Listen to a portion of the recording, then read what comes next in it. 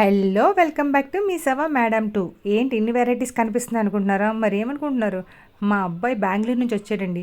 వాడికి చికెన్ తప్ప ఇంకేదైనా కావాలన్నమాట. ఇంకా మా అమ్మగారు ఇంకా ఆడు రావడమే తరువు అన్నీ చేసి పెట్టారనమాట. నీటిలో పాకివన్నీ తెచ్చేసారండి, నేల మీద పాకి వద్దన్నమాట. సరే కదా అని అనేసి ఏం చేశారా అని చూస్తున్నారా? పీతలండి.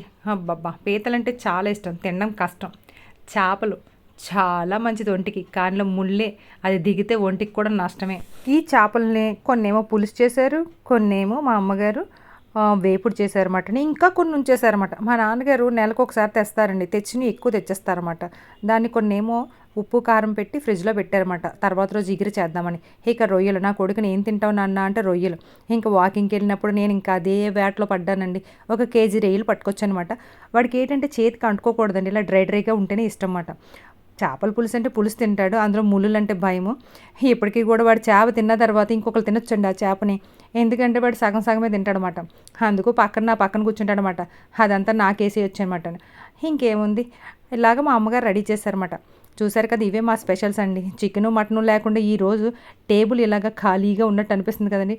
నాకైతే కనుక ఎన్నున్నా సరే చికెన్ ఉంటేనే దానికి ఒక న్యాయం చేసినట్టు అవుతుందండి ఆ లంచ్కి మాట. ఇది నా భోజనం మాట.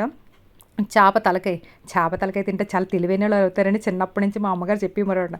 అందుకే చేప తలకాయ నేను అస్సలు వదలమాట. చేప తలకాయ నేను తెలివి వస్తుందని తింటే చేప తోకని ఎవరు తినాల్సి వస్తుందండి.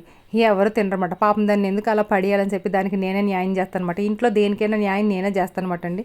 మిగతా వాళ్ళు కూడా ఆ న్యాయం చేసేలాగా చూస్తానమాట. మనకు నోరు ఎక్కువ కదండి, నోరేసుకొని పడిపోతామాట తినకపోతే. నా కూతురు నాకు భయపడి ఆ శివరెక్కడో కూర్చుంటుందండి. మా గీతమ్మమాట, మాకు కొంచెం హెల్ప్ చేస్తుంటారు ఆవిడ, మాతో పాటు తింటారు. హాయ్ అమ్మ నాన్ వెజ్ తిందండో, మాకన్నా ఎక్కువ హెల్తీగా పాటిస్తుంది అనమాట, హెల్త్ కాన్షియస్ ఎక్కువ మాట.